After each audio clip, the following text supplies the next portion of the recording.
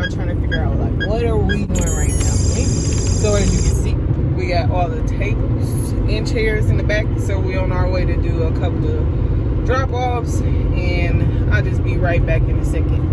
All right. Okay, so we're dropping the tables off right now, but I wanted to come on here and give you guys like a couple of tips now.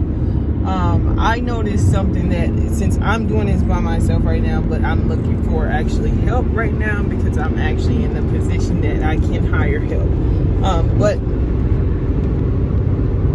I noticed if you're having an order of 5 to 6 in one day, all the things you need to do for those order needs to be done by Wednesday. So that's a good tip if you're just figuring out like when should I actually prepare for all these orders. Make sure you're preparing for everything by at least like Wednesday, and then everything will be fine as far as like how everything will flow. You only need to actually put the stuff in the car, not take it out, clean it, and just put it back in the car and then go set it up again. That's like a worst nightmare, and that's something that I'm learning right now not to do. So we're all learning together.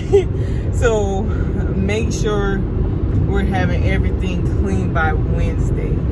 Wednesday is the day, because everything can go real fast Thursday, Friday, Saturday, Sunday.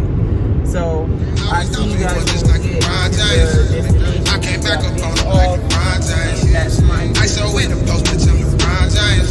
I get the people hope like I'm LeBron James. I get the people hope. My flow is heaven sent. Niggas know they need me for that healing juice is medicine. I'm going in and showing light like Thomas Edison. Thinking about my melanin. Ballin' need a letterman jacket. Niggas can't hack it. I'm on a mission. Gotta stack it. I done kept a bad bitch and now we out here living lavish. Ballin' with my team, yeah, we made it through the madness. Mama locked, brother locked, yeah, it make me wanna vanish. And I can't stop now. Nigga at the top now.